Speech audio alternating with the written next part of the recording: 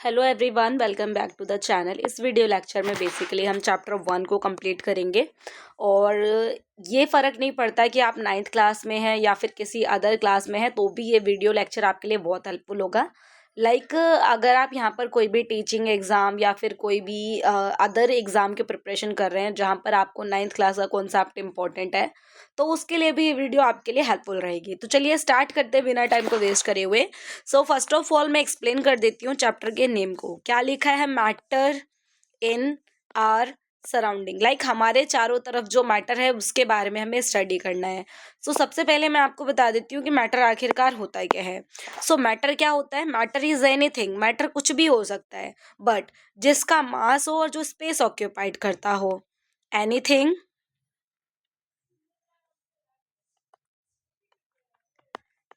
which contain mass and occupies space are called matter. Got it. अब problem ये आती है बच्चों को कि मैम ये मास क्या होता है। आपको नहीं समझ आ रहा मास क्या होता है, तो मास को ना आप जस्ट रिलेट कर लो किसके साथ? वेट के साथ। कि कोई ऑब्जेक्ट जो कितना हैवी है, हैवीली ऑब्जेक्ट, या फिर कोई सब्सटेंस कितनी जो वॉल्यूम है उसका, उस चीज़ के बारे में बेसिकली मास यहाँ पे बात करता है। बट मैं आपको एक और चीज़ बताना चाहूँगी क्लास, कि जो मास और वेट है ना, वैसे ये दोनों बहुत डिफरेंस है दोनों में, पर हम सोचते हैं दोनों सेम है, बट नहीं। तो आप सिर्फ एज्यूम करने के लिए ऐसे सोच सकते हैं कि वेट एक तरीके से कि कितना हैवी है कोई ऑब्जेक्ट, ये मास के ऊपर डिपेंड करेगा। बट मास और वेट दोनों बहुत डिफरेंट चीज़ें हैं। ये मैं आपको जब आगे चैप्टर्स करवाऊंगी फिजिक्स के, तो वहाँ पर पर्टिकुलर आपको मास और वेट में डिफरेंस दिया गया है, तो वहाँ पर मैं आपको ये चीज़ें बताऊंगी। ठीक है। तो कोई भी ऑब्जेक्ट जिसका खुद का वेट हो, हैवी हो वेट, और प्लस में क्या हो, उस वो जगह ऑक्यूपाइड करता हो एनवायरनमेंट में कहीं भी, तो उसे हम क्या बोलते हैं? उसे हम कहते हैं मैटर। यहाँ पर अगर हम बात करें तो हमारे पास बेसिकली 3 स्टेट ऑफ मैटर होते हैं, जो मैं आगे आपको बताऊंगी। चलिए, फर्स्ट ऑफ ऑल है physical nature of matter. Matter का जो फिजिकल नेचर है बेसिकली, वो क्या होता है? Physical nature basically matter is made up of particle. जितने भी मैटर हैं या जो भी मैटर हैं, वो सभी पार्टिकल से मिलके बने हुए होते हैं। और हाँ क्लास, एक और चीज़ ध्यान रखना है आपको, नेक्स्ट चैप्टर में हम पढ़ेंगे डाल्टन थ्योरी। तो डाल्टन ने कहा था, डाल्टन एक साइंटिस्ट थे जिन्होंने बोला था कि जो जितने भी पार्टिकल्स हैं, जो भी मैटर छोटे छोटे पार्टिकल से बना होता है, उन्हीं पार्टिकल्स को उनने क्या बोला?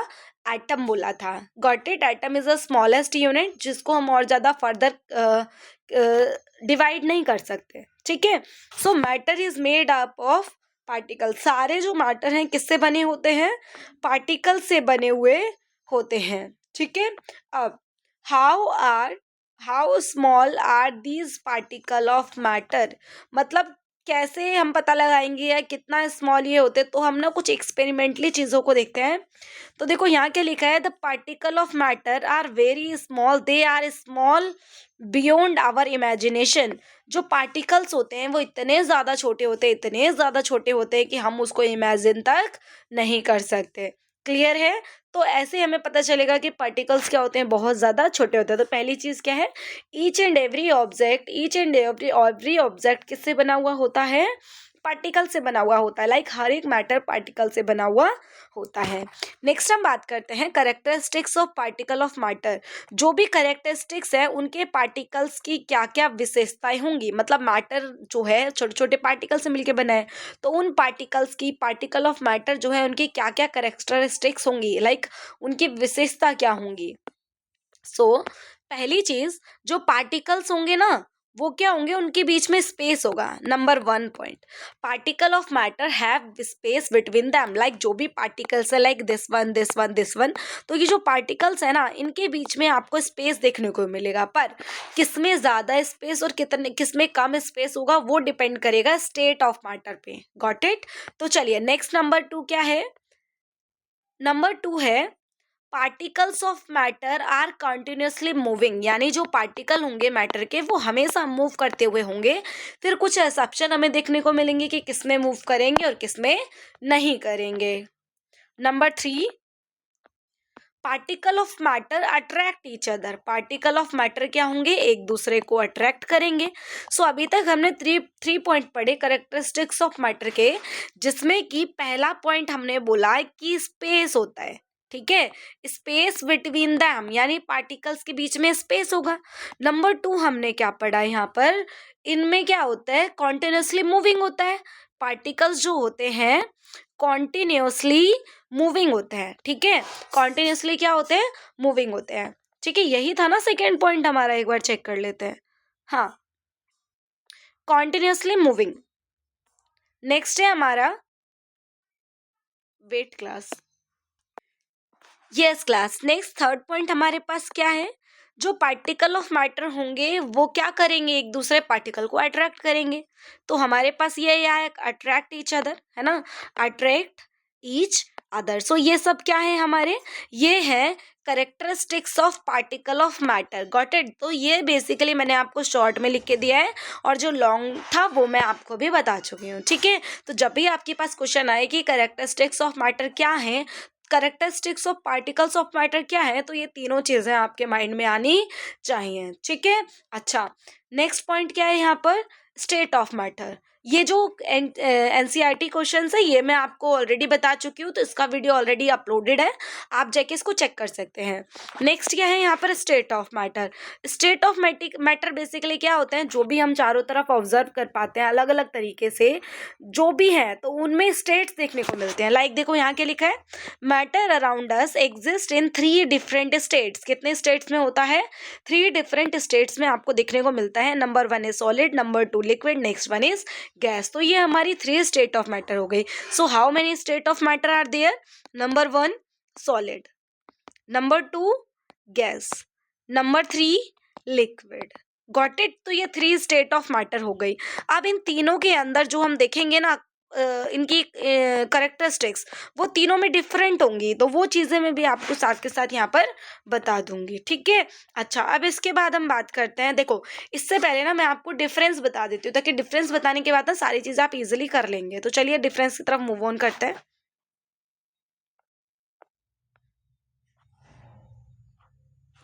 यस क्लास, आइए यहाँ पर हम सॉलिड लिक्विड गैस में डिफरेंस कर रहे हैं। सो सॉलिड ये है हमारा लिक्विड और ये है गैस, गॉट इट। अब देखो यहाँ पर मैं यहाँ पर स्ट्रक्चर ड्रॉ कर रही हूँ। सबसे पहले तो देखो ये सॉलिड है, सॉलिड के अंदर जो पार्टिकल्स होते हैं ना बिल्कुल क्लोजली पैक्ड होते हैं। पार्टिकल्स कैसे होते हैं, क्लोजली पैक्ड। अगर आप स्ट्रक्चर को समझ रहे हैं ना क्लास, तो मैं ये कहती हूँ कि जितने भी पॉइंट है ना आपसे कुछ भी स्किप नहीं होगा, आप इजिली आगे वाले क्वेश्चंस के आंसर खुद दे देंगे, ठीक है। सो ये मैंने क्या बनाया है, ये है सॉलिड, क्योंकि इनके पार्टिकल्स के बीच में स्पेस आपको ना के बराबर दिख रहे हैं। नेक्स्ट हमारे पास है लिक्विड। लिक्विड के अंदर जो पार्टिकल्स होते हैं वो कैसे होते हैं, थोड़े से दूर होते हैं कंपैरिजन टू सॉलिड, ठीक है, थोड़े से क्या होते हैं, दूर होते हैं, ठीक है। नेक्स्ट अगर मैं बात करूं किसकी, गैस की, नेक्स्ट में किसकी बात करूं, गैस की बात करूं, तो गैस के अंदर पार्टिकल्स क्या होते हैं, बहुत ज्यादा दूर होते हैं, बहुत ज्यादा दूर होते हैं, ठीक है। चलो अच्छा, इसके बाद हम देखते हैं इसके धीरे धीरे पॉइंट्स को। तो चलिए सबसे पहले यहाँ पर देख लो एक चीज, इनके बीच में जो सॉलिड होते हैं ना, सॉलिड के जो पार्टिकल्स होते हैं बिल्कुल फिक्स होते हैं अपनी पोजीशन पे, ये मूव नहीं कर सकते क्योंकि बीच में गैप नहीं है। सो हम क्या लिखेंगे, इट कंटेन डेफिनेट, डेफिनेट का मतलब होता है फिक्स, डेफिनेट शेप, यानी इनकी जो शेप होती है ना बिल्कुल फिक्स होती है, चाहे किसी भी कंटेनर में डाल दो। लाइक आइस ले लो फिलहाल के लिए, यहाँ पर इमेजिन करो, किसको इमेजिन करना है आपको, आइस को इमेजिन करना है। तो क्या होगा कि उसका शेप बिल्कुल फिक्स होता है, ठीक है। पर जो लिक्विड की हम बात करें तो लिक्विड के अंदर ना, लिक्विड लाइक आप ले लो यहाँ पर वाटर, जो वाटर है ना उसका शेप फिक्स नहीं होता। आप इसको बॉटल में डालेंगे बॉटल जैसा शेप ले लेगा, ग्लास में डालेंगे ग्लास जैसा शेप ले लेगा, तो हर किसी का ना अलग अलग शेप आपको देखने को मिलेगा। तो हम क्या बोलेंगे, नॉट डेफिनेट शेप। और डेफिनेट को आप क्या लिख सकते हैं, अगर आपको नहीं रिकॉल हो रहा तो आप इसको लिख सकते हैं फिक्स, इसका फिक्स शेप नहीं होता। और जो गैस है, आपको पता है गैस जो है लाइक बैलून में अगर आप गैस फिल करते हैं तो जो गैस है ना वो क्या होती है, बहुत दूर दूर तक मतलब हिट करती है, इसे प्रेशर क्रिएट करती है बाउंड्रीज पे, जिस वजह से क्या होता है बलून हमें फुल्ला फुल्ला दिखता है। दैट मीन्स इसका भी कोई शेप नहीं है। जो भी कंटेनर में आप डालोगे ना गैस, जितनी क्वांटिटी में डालोगे वो पूरे कंटेनर को कंप्लीटली फिल कर देगा। तो इसका भी क्या होता है, डेफिनेट शेप नहीं होता। तो हम क्या लिखेंगे, not definite shape. Got it. अब हम बात करते हैं नंबर 2 पॉइंट की। अगर मैंने यहाँ पे बोल दिया शेप, अब वॉल्यूम की बात करो, अगर 1 kg आइस है आप किसी भी कंटेनर में डाल दें तो वेट तो सेम ही रहने वाला है, तो हम क्या बोलेंगे, डेफिनेट मास। जो इसका मास है ना वो डेफिनेट होगा, ठीक है। और वाटर का भी मास डेफिनेट होता है, किसी भी कंटेनर में डाल दो सेम चेंज हो जाएगा, पर मास तो सेम चेंज नहीं होगा ना, मास चेंज नहीं होगा, सेम रहेगा। तो यहाँ पे क्या लिखेंगे हम, डेफिनेट मास, ठीक है। और यहाँ पर भी क्या होगा, मास क्या होगा, डेफिनेट। इसमें मास भी डेफिनेट नहीं होगा क्योंकि जितना कंटेनर है पूरा कंप्लीटली फिल हो जाएगा, तो इसका मास फिक्स नहीं है। तो हम क्या लिखेंगे, नॉट डेफिनेट मास, ठीक है। अच्छा, अब हम यहाँ पे बात करें वॉल्यूम। तो वॉल्यूम भी क्या है कि सॉलिड का जो वॉल्यूम है वो तो फिक्स रहने वाला है, ठीक है। तो हम यहाँ पे क्या लिखेंगे, डेफिनेट वॉल्यूम। इसका भी वॉल्यूम डेफिनेट होगा, पर जो गैस है ना उसका वॉल्यूम डेफिनेट नहीं होगा, ठीक है। तो क्या लिखेंगे, नॉट डेफिनेट वॉल्यूम। क्लियर है। अच्छा, इसके बाद और क्या चीजें हमें याद रखनी है, देखो इसके बाद बेसिकली अगर मैं यहाँ से आपको बात करूं, जो सॉलिड है, जो क्या है, सॉलिड है, सॉलिड के जो पार्टिकल्स हैं आप देख रहे हैं बिल्कुल पास पास है, इनके बीच में स्पेस क्या है, ना के बराबर है। सो क्या लिखेंगे हम, it contain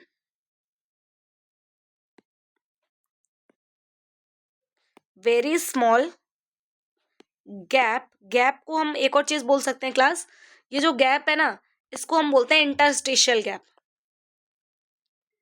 interstitial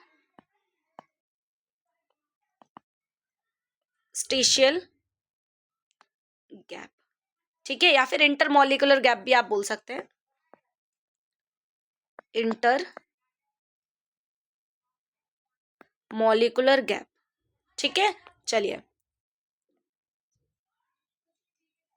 wait, interstitial gap, ठीक है। चलिए, यहाँ पर हम बात कर रहे हैं लिक्विड। लिक्विड के अंदर क्या होता है कि गैप होता है, सॉलिड के कंपैरिजन में ज्यादा होता है, तो हम क्या लिखेंगे,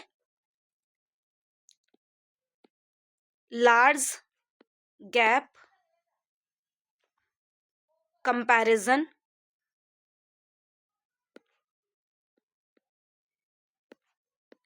सॉलिड, ठीक है। और it contain very large gap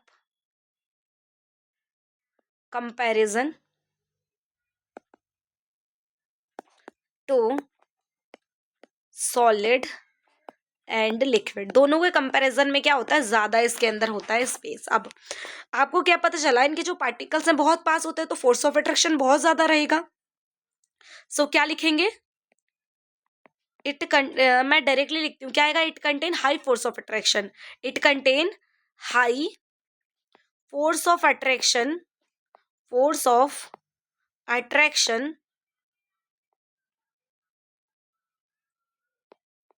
between the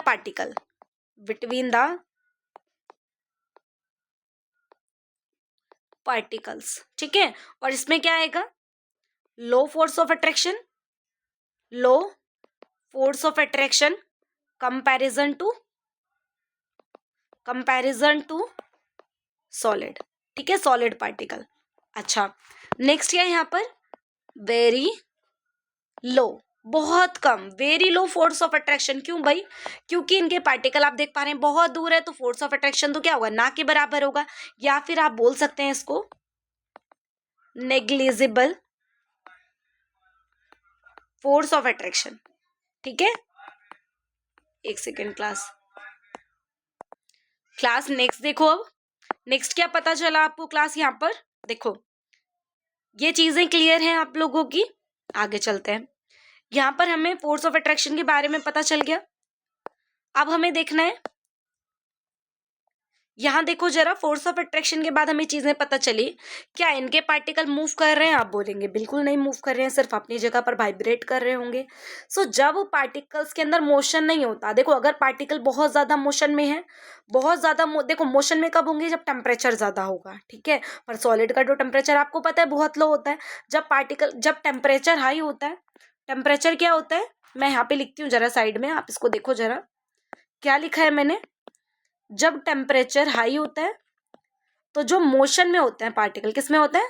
motion में होते हैं पार्टिकल, ठीक है। मूवमेंट हाई हो जाता है। और प्लस में हम बात करें, इसकी जो काइनेटिक एनर्जी है वो भी क्या होती है? हाई हो जाती है, ठीक है। तो काइनेटिक एनर्जी का कॉन्सेप्ट यहाँ पर क्या लगने वाला है? देखो देखो, इसकी जो काइनेटिक एनर्जी है, सॉलिड जो है, सॉलिड की काइनेटिक एनर्जी क्या होगी? लो होगी। काइनेटिक एनर्जी अप्रोक्सीमेट 0, या फिर आप बोल सकते हैं very low kinetic energy. Liquid के अंदर गैप था तो लिक्विड के पार्टिकल मूव कर सकते हैं, तो आप बोलेंगे kinetic energy high. Comparison to, इसमें सब में कंपैरिजन आएगा, कंपैरिजन टू सॉलिड, ठीक है। और इसके अंदर तो पार्टिकल बहुत दूर दूर थे, बहुत ज्यादा अच्छे से मूव कर सकते हैं, तो kinetic energy very very very high, ठीक है। नेक्स्ट, जो सॉलिड है ना, वो फ्लो नहीं कर सकते। सॉलिड क्या नहीं कर सकते? फ्लो नहीं कर सकते, क्योंकि इनकी शेप क्या है? फिक्स है। तो क्या लिखेंगे? इट कैन नॉट फ्लो, ये फ्लो नहीं कर सकते, ठीक है। It can not flow. और जो लिक्विड है ये फ्लो कर सकते हैं, तो हम लिखते हैं it can flow, it can flow. और आपको पता है गैस भी फ्लो कर सकते हैं, इसी वजह से तो आप बहुत दूर बैठे होते हैं और उसके बाद भी स्मेल खाने की आप तक पहुंच जाती है, क्योंकि गैस क्या करती है? फ्लो कर सकती है। Gas can flow. और पता है, जो ये दोनों फ्लो कर सकते हैं, इस वजह से ये दोनों क्या कहलाते हैं? फ्लूइड कहलाते हैं। सॉलिड और लिक्विड क्या होते हैं? फ्लूइड होते हैं। नेक्स्ट, अगर हम यहाँ पर बात करें सॉलिड, सॉलिड के पार्टिकल में गैप नहीं है, तो हम इसको कंप्रेस नहीं कर सकते, तो क्या लिखेंगे? It can not, these particles cannot be compress, ठीक है। और इसको क्या कर सकते हैं? लाइटली कॉम्प्रेस, या फिर ना के बराबर लाइटली कॉम्प्रेस। और ये क्या होगा? ये बहुत ज्यादा हाईली कॉम्प्रेस होगा, हाईली कॉम्प्रेसिबल, ठीक है। कॉम्प्रेसिबल होंगे, इसमें कॉम्प्रेस करने की टेंडेंसी बहुत ज्यादा होगी। और क्लास इसी वजह से हम गैस सिलेंडर्स में इजिली फिल कर पाते हैं गैस को, ठीक है। तो ये इतने सारे पॉइंट रहे। और यहाँ क्लास एक और चीज देखो, ये चीजें जो है आपके लिए इम्पोर्टेंट रहने वाली हैं, तो आप इनको कहीं पर नोट डाउन कर लीजिए। जहां भी आप नोट्स बना रहे हैं, नोट कर रहे हैं, तो ये चीज आपको वहां पे नोट करना है, ठीक है। अच्छा, अब यहाँ पर कुछ टेम्परेचर सुन लो। अगर हम बात करेंगे वाटर की, सो वाटर का जो टेम्परेचर है वो क्या क्या है, वो आप एक बार देख लो। यहाँ पे वाटर के लिए मैं यहाँ पर बात कर रही हूँ, ठीक है। अगर मैं बात करूँ 0 डिग्री सेल्सियस, तो 0 डिग्री सेल्सियस ना वाटर का फ्रीजिंग पॉइंट है। क्या है? फ्रीजिंग पॉइंट है। क्या है? फ्रीजिंग पॉइंट है, जहां पर जो वाटर है वो फ्रीज हो जाता है। अगर मैं बात करूं अराउंड 5 डिग्री सेल्सियस, तो ये क्या है? ये है melting point, melting point of ice. मतलब यहाँ पर आइस जो है मेल्ट होना स्टार्ट हो जाती है, ठीक है। अगर मैं बात करूँ 25 डिग्री सेल्सियस, तो ये क्या है? जहां पर जो आइस है कंप्लीटली लिक्विड में कन्वर्ट हो जाती है, लाइक वाटर का लिक्विड स्टेट है, लिक्विड स्टेट। यहाँ पर ये कंप्लीटली किस में कन्वर्ट हो जाता है? लिक्विड में। नेक्स्ट है आपका 100 डिग्री सेल्सियस। तो 100 डिग्री सेल्सियस वो स्टेट है जहां पर वाटर जो है, ये इसकी बॉइलिंग पॉइंट होता है। क्या होता है? बॉइलिंग पॉइंट, जहां पे वाटर क्या होता है? बॉइल होना स्टार्ट होता है, ठीक है, बॉइलिंग पॉइंट। और अगर मैं बात करूं इसके स्टेट क्या है, तो इसको ना हम कहते हैं liquid and gaseous state, liquid and gaseous state, ठीक है, सॉरी। और ये वाली मैं बात करूं, ये कौन सी स्टेट है? ये सॉलिड स्टेट है, ठीक है। और ये कौन सी स्टेट है? सॉलिड एंड लिक्विड स्टेट है, सॉलिड एंड लिक्विड स्टेट है। और ये लिक्विड स्टेट है, ये मैं आपको बता ही चुकी हूँ, ठीक है। अच्छा, नेक्स्ट चीज क्या होगी यहाँ पर? अगर हम बात करें, आपको टेम्परेचर दे दिया जाए 250 डिग्री सेल्सियस से प्लस या कुछ भी हो, तो आप क्या बोलेंगे? ये क्या है इसका? ये है इसका वेपर पॉइंट, लाइक यहाँ पर जो वाटर है ना कंप्लीटली इवेपोरेट होना स्टार्ट हो जाएगा, जो लिक्विड है वो वेपर बनने लग जाएंगे उसके, तो ये क्या होगा इसका लिक्विड, सॉरी हाँ लिक्विड एंड गैसियस, ये बेसिकली गैसियस स्टेट है, ठीक है गैसियस स्टेट, क्योंकि यहाँ पे कंप्लीटली इसमें कन्वर्ट हो जाएगा, कंप्लीटली ये कन्वर्ट हो जाएगा गैस में वेपर से, ठीक है। तो ये 4 जो टेम्परेचर्स हैं, 5 टेम्परेचर, ये आपको जो है पता होने चाहिए बेसिकली, ठीक है, आपके लिए इंपॉर्टेंट भी है। चलिए अब चलते हैं हम अपनी पीडीएफ पे। तो सारे स्टेट में समझा चुकी हूँ, अब यहाँ पर कंटिन्यू करते हैं। देखो ये जो सबसे पहले हमें दे रखा है यहाँ पर स्टेट ऑफ मैटर में, 3 स्टेट ऑफ मैटर में आपको कंप्लीट करवा चुकी हूँ। Weight class solid state, yes solid state में क्या होता है,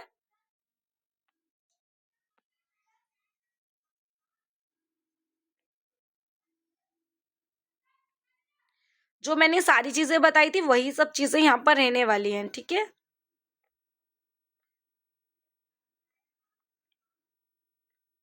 देखो अब हम बात करते हैं क्या ये अपने स्टेट को चेंज कर सकता है, बिल्कुल कर सकता है। तो can matter change state, yes. तो जो सॉलिड जो है, सॉलिड जिसको हम क्या बोलते हैं, आइस बोलते हैं, लिक्विड जिसको हम क्या बोलते हैं, जिससे हम फैमिलियर हैं लगभग वाटर से, और गैसियस जहां पर हम फैमिलियर हैं वाटर वेपर के साथ, ठीक है। तो हम किस तरीके से इनके स्टेट को चेंज कर सकते हैं, तो आपको पता है जब हम वाटर को हीट करते हैं, ठीक है, मान लीजिए ये गैस फ्लेम है, ये क्या है गैस फ्लेम है, यहाँ पर मैंने एक कंटेनर रखा है, इसके ऊपर ये कंटेनर है, इसके अंदर जो है एक आइस है, आइस का एक टुकड़ा रखा है छोटा सा। आप बोलेंगे कुछ टाइम बाद, कुछ टाइम बाद ये जो आइस है ना वो क्या हो जाएगी, मेल्ट हो जाएगी, यानी आइस में यहाँ पे थोड़ा थोड़ा पानी आ जाएगा और ये थोड़ी सी आइस आपके पास अब बची है, दैट मीन्स क्या हुआ, ये धीरे धीरे क्या हो गई, यहाँ पे पिघल गई है। फिर कुछ टाइम बाद आप बोलेंगे कि कंप्लीटली जो ये आइस है ना, कंप्लीटली जो ये आइस है वो किस में कन्वर्ट हो जाएगी, कंप्लीटली ये जो आइस है वो कन्वर्ट हो जाएगी किसमें, वाटर में, सही बात है वाटर में कंप्लीटली हो जाएगी। उसके बाद कुछ टाइम बाद अब बोलेंगे इस वाटर में से ना वेपर निकलने लग जाएंगे, इसमें से वेपर वेपर निकलने लग जाएंगे, और फिर एक टाइम ऐसा आएगा कंप्लीटली वाटर जो है वेपर में कन्वर्ट हो चुका होगा, आपके पास कंटेनर में कुछ भी नहीं बचेगा, ठीक है।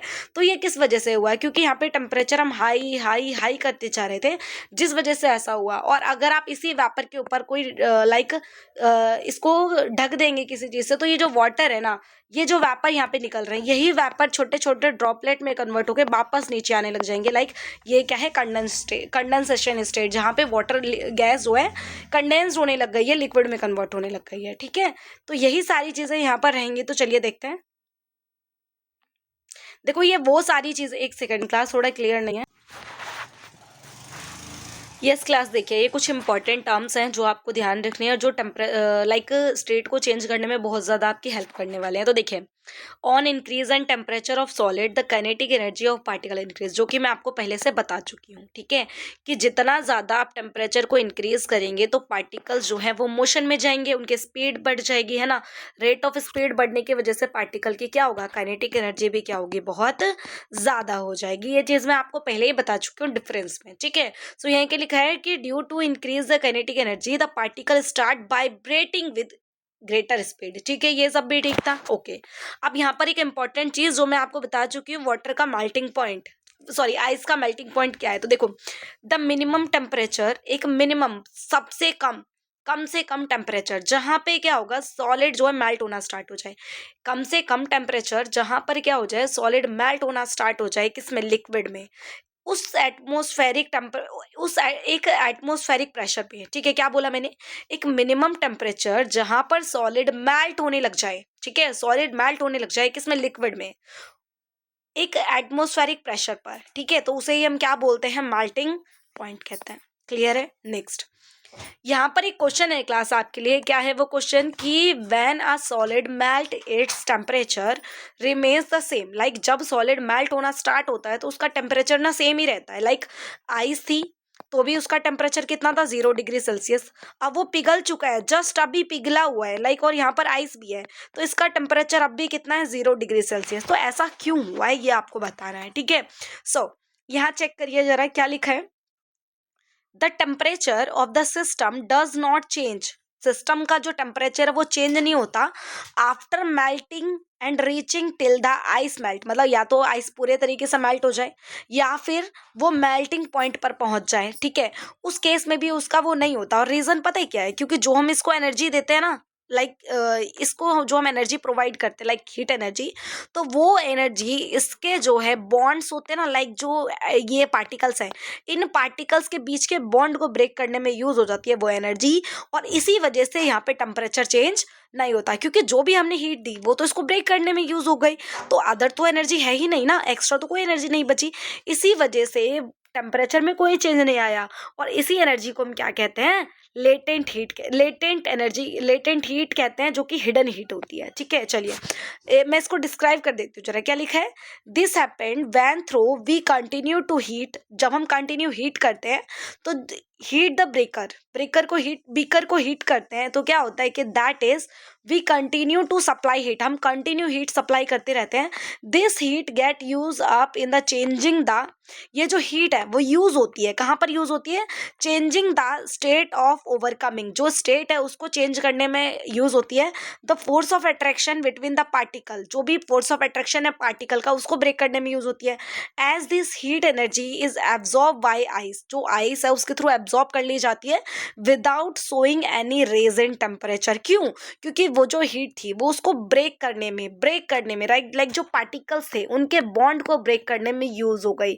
तो वही चीज यहाँ पे आगे लिखी है, इट इज कंसीडर्ड, इसको हम कंसीडर करते हैं, it is consider that is get hidden into the content of the beaker and it is known as the latent heat. इसे ही हम कहते हैं लेटेंट हीट कहते हैं, जो कि क्या है, लेटेंट का मीनिंग होता है हिडन, यानी हिडन हीट। क्या कहेंगे इसको, हम इसको कहेंगे ये है एक तरीके से हिडन हीट, ठीक है। मैंने आपको रीजन भी बता दिया, अब सारी चीजें, अब बाकी चीजें समझो। यहाँ पर एक और कॉन्सेप्ट है जिसको हम कहते हैं latent heat of fusion. Latent heat of fusion क्या होता है ये देख लेते हैं। The amount of heat energy required to change 1 kilogram solid into liquid, ठीक है, यानी कि 1 किलोग्राम सॉलिड को लिक्विड में कन्वर्ट करने के लिए जितनी हीट एनर्जी की रिक्वायरमेंट होती है, उसी को हम एक एटमॉस्फेरिक प्रेशर पर, ठीक है, उसे हम क्या बोलते हैं, लेटेंट हीट ऑफ फ्यूजन कहते हैं। क्लियर है सारी चीजें, दोबारा बोल देती हूँ। 1 किलो सॉलिड को लिक्विड में कन्वर्ट करने के लिए एक एटमॉस्फेरिक प्रेशर पर कितनी एनर्जी की जरूरत होगी, कितनी हीट एनर्जी की जरूरत होगी, उसे हम बोलते हैं लेटेंट हीट ऑफ फ्यूजन। और फ्यूजन का मतलब होता है टूटना, यानी ब्रेक डाउन। क्या होता है, ब्रेक डाउन होता है। अगर मैं बात करूंगी फिजन, फिजन का मतलब होता है कंबाइन होना, ठीक है, फिजन का मतलब क्या होता है, कंबाइन। क्लियर है।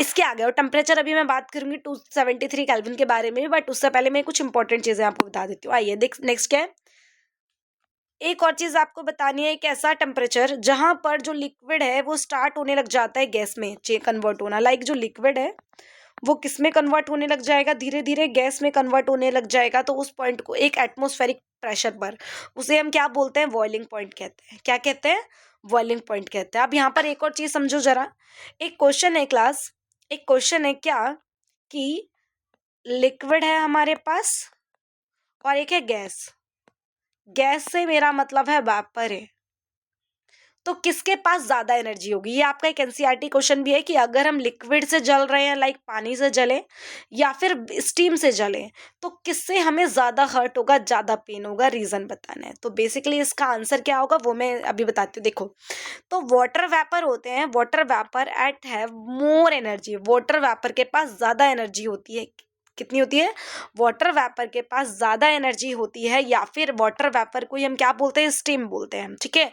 इनके पास क्या होती है, ज्यादा एनर्जी होती है than water, comparison to water. एक सेम टेम्परेचर पे, उसी टेम्परेचर पे लिक्विड भी है, सेम टेम्परेचर पे गैस भी है, तो गैस के पास ना ज्यादा एनर्जी होगी, ठीक है, गैस के पास क्या होगी, ज्यादा एनर्जी होगी। This is because particle is steam have absorbed extra energy, जिस वजह से क्या होती है कि इनके पास से ऐसा इसलिए होता है क्योंकि जो स्टीम वेपर होते हैं इनके पास क्या होती है, ये ज़्यादा एनर्जी को एब्जॉर्ब करके रखते हैं अपने पास, have absorbed extra energy in the form of, किसकी फॉर्म में एब्जॉर्ब करके रखते हैं, लेटेंट हीट ऑफ वेपराइजेशन। जब क्वेश्चन आपको एनसीईआरटी में दिखेगा तो आपको आंसर बिल्कुल यही लिखना है कि क्यों वो ज़्यादा हर्ट करता है, क्योंकि जो गैस है या फिर वेपर है उसके पास क्या होती है, ज़्यादा एनर्जी वो अपने अंदर एब्जॉर्ब करके रखते हैं। एनर्जी कौन सी, हीट एनर्जी, ज़्यादा हीट एनर्जी अपने अंदर जो है एब्जॉर्ब करके रखते हैं, किसकी फॉर्म में, लेटेंट हीट ऑफ वेपराइजेशन के फॉर्म में। इसी वजह से हमें स्टीम से जलने में, बर्न होने में ज़्यादा पेन होता है। ठीक है, अब यहाँ पर कुछ स्टेट चेंजिंग दे रखा है। सॉलिड से लिक्विड में जाने के लिए हम हीट करते हैं, लिक्विड से गैसेस में जाने के लिए हम हीट करेंगे बहुत ज़्यादा, पर गैस से लिक्विड में आने के लिए हम उसको ठंडा करते हैं, और लिक्विड से सॉलिड में आने के लिए वापस से हम बहुत ज़्यादा ठंडा करते हैं। पर एक और चीज़ यहाँ पर क्लास आपको समझनी होगी, यहाँ पर हम क्या कर रहे हैं, इसमें जो है टेम्परेचर को तो हम हाई कर रहे हैं पर प्रेशर को लो कर रहे हैं। यहाँ पर भी हम टेम्परेचर को बहुत ज़्यादा हाई कर रहे हैं, प्रेशर को बहुत ज़्यादा क्या कर रहे हैं, लो कर रहे हैं। पर जब हमें गैसेस में कन्वर्ट होना होता है तो क्या करते हैं, टेम्परेचर को लो कर देते हैं, प्रेशर को हाई कर देते हैं, इस वजह से इसमें कन्वर्ट हो जाता है। और यहाँ पर टेम्परेचर बहुत बहुत बहुत ज़्यादा लो है और प्रेशर बहुत बहुत बहुत ज़्यादा हाई है, जिस वजह से किस में कन्वर्ट हो गया, ये गैस में कन्वर्ट हो गया है। क्लियर है क्लास? अच्छा, अब आगे चलते हैं, कुछ और चीज़ें चेंजिंग बता देती हूँ। चलिए, यहाँ पर हमें समझना है टेम्परेचर के बारे में।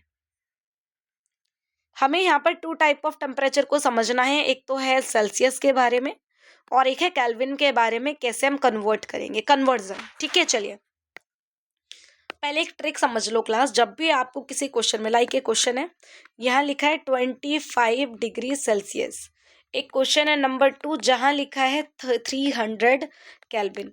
अब एक चीज़ मैं आपको बताती हूँ क्लास, क्या मैं जब भी आपको कैटायन एनायन का कॉन्सेप्ट बताती हूँ तो मैं एक चीज़ बोलती हूँ कि जो कैटायन है ना, कैटायन का मतलब क्या होता है, पॉजिटिव होता है। कैटायन का मतलब क्या होता है, पॉजिटिव होता है।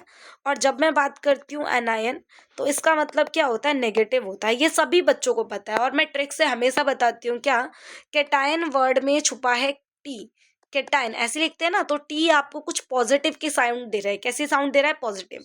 तो जब भी आप किसी क्वेश्चन में सेल्सियस लिखा हुआ देखेंगे तो आपके माइंड में फटाफट क्लिक होना चाहिए कैटायन।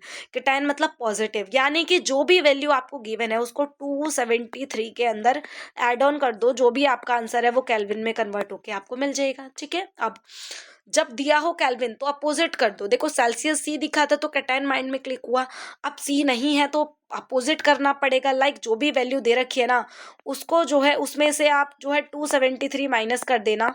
मतलब 273 में से माइनस कर देंगे तो जो भी हमारे पास आंसर होगा वो किसमें कन्वर्ट होके हमें मिल जाएगा, डिग्री सेल्सियस में कन्वर्ट होके मिल जाएगा। क्लियर है? अब जैसे कि क्वेश्चन था हमारे पास 25 डिग्री सेल्सियस, अब हम इसको ऐड ऑन करेंगे तो क्या आ जाएगा हमारे पास, ये आ जाएगा 298 केल्विन। ठीक है, और यहाँ पर क्या आएगा माइनस करने पे, ये आएगा हमारा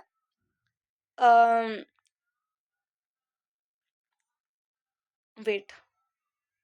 यस क्लास, जब इसको माइनस करेंगे तो हमारे पास आंसर कितना आएगा, 27 डिग्री सेल्सियस। ठीक है, अब क्वेश्चन है 0 डिग्री सेल्सियस को केल्विन में कन्वर्ट करना है। आपके माइंड में तुरंत क्लिक करा, सी दिखा, लाइक कैटायन पॉजिटिव, यानी कि 273 प्लस 0 डिग्री, तो आंसर कितना आया हमारे पास, 273 केल्विन। तो 273 केल्विन 0 डिग्री सेल्सियस के बराबर होता है। नेक्स्ट क्वेश्चन है 400। तो यहाँ पर जब हम 273 में से माइनस करेंगे 400, और हाँ अगर आपके माइंड में ऐसा हो रहा है कि ये माइनस है तो माइनस में आंसर आना चाहिए, ऐसा नहीं है, आंसर पॉजिटिव में ही रहेगा। तो यहाँ पर कितना आ जाएगा, 127 केल्विन। ये आपका आंसर है, सॉरी सेल्सियस, डिग्री सेल्सियस। तो इस तरीके से आप जो है कन्वर्जन कर सकते हैं और इस तरीके के क्वेश्चन काफी ज्यादा एग्जाम में पूछे जाते हैं। ठीक है, चलिए आगे चलते हैं। नेक्स्ट कॉन्सेप्ट है यहाँ पर किस तरीके से कन्वर्जन होगा। देखो यहाँ पर जो बेसिकली हम स्टेट में चेंज कर रहे हैं तो ये क्या रहेगा, देखो जब हम सॉलिड से लिक्विड, सॉलिड से गैस में जाते हैं, लाइक विदाउट लिक्विड बचे, मतलब लाइक सॉलिड से डायरेक्टली गैस में कन्वर्ट हो जाना कहलाता है सब्लिमेशन। ठीक है, सॉलिड से डायरेक्टली गैस, ये कुछ स्टेट्स हैं जो मैं आपको पर्टिकुलर बता रही हूँ। कभी ऐसा क्वेश्चन आ जाए कि कोई चीज़ सॉलिड में थी वो डायरेक्टली गैस में कन्वर्ट हो गई विदाउट स्केप एनी लिक्विड, तो ये चीज़ें आपको यहाँ पे ध्यान रखनी है। तो उस प्रोसेस को हम बोलेंगे सब्लिमेशन। ठीक है, जब कोई सॉलिड डायरेक्टली गैस में आ जाए तो उसे हम कहते हैं डिपोजिशन। क्या बोलते हैं, डिपोजिशन कहते हैं। जब कोई, देखो सॉलिड लिक्विड में जाएगा तो उसे क्या बोलेंगे, फ्यूजन, ठीक है। और जब कोई लिक्विड गैस में आएगा तो उसे क्या बोलेंगे, वेपराइजेशन। और जब गैस लिक्विड में आएगी तो कंडेंसेशन, जो आपको पहले से ही पता है। लिक्विड से सॉलिड में जाना ये क्या कहलाता है, सॉलिडिफिकेशन कहता है, सॉलिडिफिकेशन कहता है, ठीक है, सॉलिडिफिकेशन। क्लियर है सारी चीजें। Liquid to solid, liquid to solid क्या कहलाएगा, सॉलिडिफिकेशन। और liquid to gas, vaporisation. Gas to solid क्या आएगा, deposition. Solid to red directly gas में कन्वर्ट होना, सब्लिमेशन, ठीक है। तो ये कुछ चीजें 6 पॉइंट है यहाँ पर, ये 6 के 6 आपको पता होना चाहिए, ठीक है। क्लियर है, चलो दोबारा देख लेते हैं। 6 पॉइंट में डाल देती हूँ, 1 2 वेट 2 3 4 5 6, ठीक है। अच्छा अब आ जाओ, हम जा रहे हैं सॉलिड से लिक्विड की तरफ। तो क्या आएगा, सॉलिड से लिक्विड में जाना, फ्यूजन। क्या है, फ्यूजन। अच्छा, उसके बाद है लिक्विड टू गैस, तो ये क्या बन जाएगा, वेपोराइजेशन, वेपोराइजेशन। नेक्स्ट, अगर हम गए गैस से सॉलिड की तरफ तो ये क्या बन जाएगा, गैस से सॉलिड की तरफ जाना, डिपोजिशन, ठीक है। इसके बाद हम आए, देखो solid to liquid, liquid to gas, gas to solid, ठीक है। अब अपोजिटली चलते हैं, solid to gas, solid to gas में कन्वर्ट होना क्या कहलाएगा, यह है आपका sublimation, sublimation. Gas to liquid यह है कंडेंसेशन, कंडेंसेशन हो गया। नेक्स्ट लिक्विड टू सॉलिड, ये क्या है, सॉलिडिफिकेशन। ये सारी की सारी चीजें क्लियर है अब आपको। नेक्स्ट आगे चलते हैं। नेक्स्ट कॉन्सेप्ट है आपका इवापोरेशन का। तो इवापोरेशन क्या है, सबसे पहले यहां देखो, this phenomena of change liquid into vapour, यानी लिक्विड जो है किसमें कन्वर्ट हो जाएगा, वेपर में कन्वर्ट हो जाएगा, ठीक है। Liquid convert into vapour at any temperature, ठीक है, below it's boiling point, it is called a evaporation. Clear है, ठीक है। लिक्विड पॉइंट से पहले अगर कोई भी लिक्विड वेपर में कन्वर्ट होने लग जाए तो उसे क्या कहते हैं, इवेपोरेशन कहते हैं, ठीक है। अब यहाँ पर कुछ चीजें हैं कि रेट ऑफ इवेपोरेशन इंक्रीज होगा, कब कब इंक्रीज होगा, रेट ऑफ इवेपोरेशन, ठीक है। सो रेट ऑफ इवेपोरेशन कब कब इंक्रीज होगा, कब कब डिक्रीज होगा, वो चीजें हमें देखनी है। सबसे पहले है, अगर सरफेस एरिया इंक्रीज होगा तो रेट ऑफ इवेपोरेशन भी इंक्रीज होगा। क्या बोला मैंने, यहाँ शॉर्ट में लिखा है surface area, surface area increase और रेट ऑफ इवेपोरेशन, रेट का मतलब होता है विद रिस्पेक्ट टू टाइम, ठीक है, विद रिस्पेक्ट टू टाइम। अगर सरफेस एरिया बढ़ेगा तो इवेपोरेशन भी बढ़ेगा। नेक्स्ट है, अगर हमारा टेम्परेचर बढ़ेगा तो इवेपोरेशन भी बढ़ेगा, टेम्परेचर के साथ भी इंक्रीज होगा।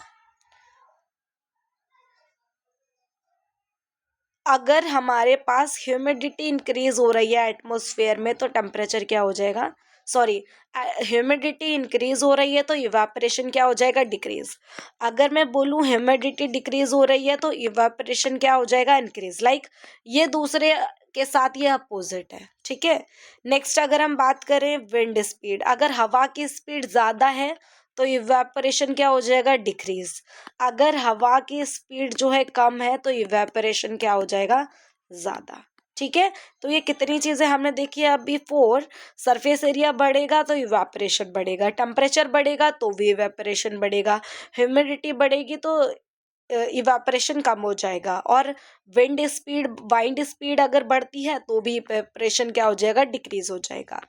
नेक्स्ट है, how does evaporation cause cooling. इसके बेस पे काफ़ी सारे एनसीईआरटी क्वेश्चन है जो एग्जाम में भी पूछे जाते हैं और आपके लिए इम्पोर्टेंट भी है। क्या है कि देखो, सबसे पहली चीज़, एक चीज़ याद रखो, मैं 2 तरीके से चीज़ें को बता रही हूँ। एक हमारे पास कंटेनर है, इसके अंदर बहुत सारा लिक्विड है, और आपको पता है क्लास, जो ये लिक्विड है ना, इसके अंदर different different type of particles पड़े हुए हैं।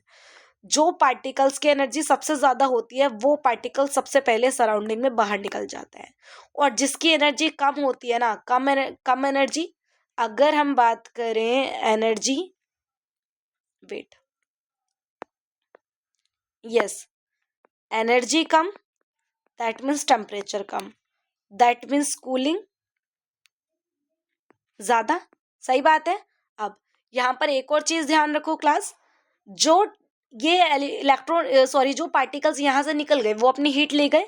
अब जो सराउंडिंग में बचे इनके पास हीट कम है, तो ये क्या करेंगे, सराउंडिंग से हीट लेंगे, और सराउंडिंग से अगर इन्होंने हीट एनर्जी ले लिया है तो सराउंडिंग में क्या बची है, सिर्फ कूलिंग बची है। ठीक है, तो दोनों कॉन्सेप्ट खत्म। अब इस तरीके के जो भी कॉन्सेप्ट आते हैं ना, उसमें आपको यही चीज़ों को लगाना है। देखो क्वेश्चन एक आता है यहाँ पर, ये क्वेश्चन एनसीईआरटी में नहीं है, बट हाँ ऐसा क्वेश्चन आपको दिख सकता है। क्या है question, what happened when you pour some acetone, अगर आप कुछ एसीटोन लाइक जो नेल पॉलिश रिमूवर है उसको अपने हाथों पे रखते हैं तो क्या होगा। आपको पता है ये क्या होता है, बहुत जल्दी इवापोरेट हो जाता है। लाइक ये वोलेटाइल सब्सटेंस है। वोलेटाइल मतलब क्या होता है, वोलेटाइल मतलब क्या होता है, वेट,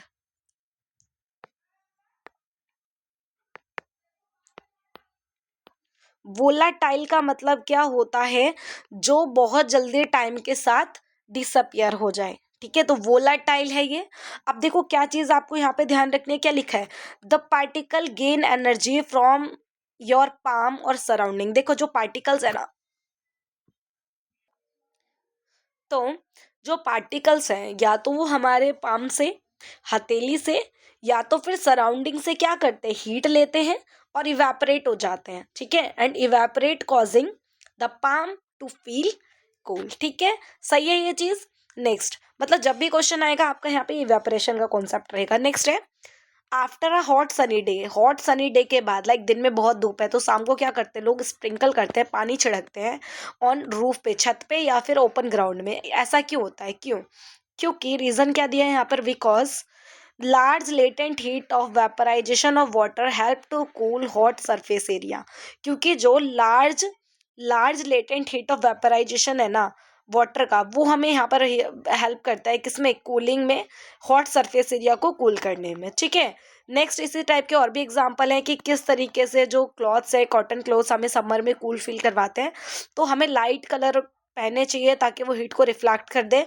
और दूसरी चीज़ क्या है कि कॉटन क्लॉथ्स, वो इसमें छोटे पोर्स होते हैं जो लिक्विड को इजीली क्या कर लेते हैं, एब्जॉर्ब कर लेते हैं, और उसके बाद क्या होता है, इवापोरेट हो जाता है ना। जो लाइक स्वेट है वो क्या हो जाता है, इवापोरेट हो जाता है। तो यहाँ पर यही सारी चीज़ें लिखी हुई हैं। क्या लिखी हुई हैं, we know that during evaporation the particle at the surface of liquid gain energy करता है कहाँ से, सराउंडिंग से। ठीक है, या फिर बॉडी सरफेस से, जिस वजह से क्या होता है, ये चेंज हो जाता है, इवापोरेशन चेंज इनटू वेपर, किस में चेंज हो जाता है, लिक्विड वेपर में चेंज हो जाता है।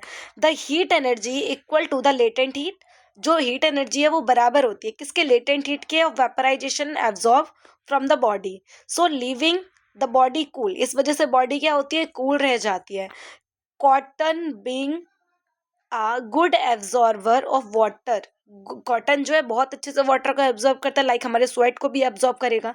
इन absorbing the sweat and exposing it to the atmosphere for the easy evaporation. ठीक है ना, ऑल ओवर चीज़ें क्या थी, वो हमारी बॉडी से या फिर सराउंडिंग से हीट एब्जॉर्ब करते हैं और जो पार्टिकल क्या हो जाते हैं, इवेपोरेट हो जाते हैं, और इस वजह से सिर्फ क्या बचता है, कूलिंग बचता है। इसी वजह से हम फील करते हैं कूलिंग। तो ये सारे क्वेश्चन लगभग आपके यही सारे हैं इवेपोरेशन पे बेस्ड। ठीक है, तो इतने जितने भी क्वेश्चन है आप इनको कंप्लीट कर सकते हैं। आई होप सो वीडियो आपको हेल्पफुल लगा हो, और एनसीईआरटी क्वेश्चन मैं आपको पहले से ही करवा चुकी हूँ।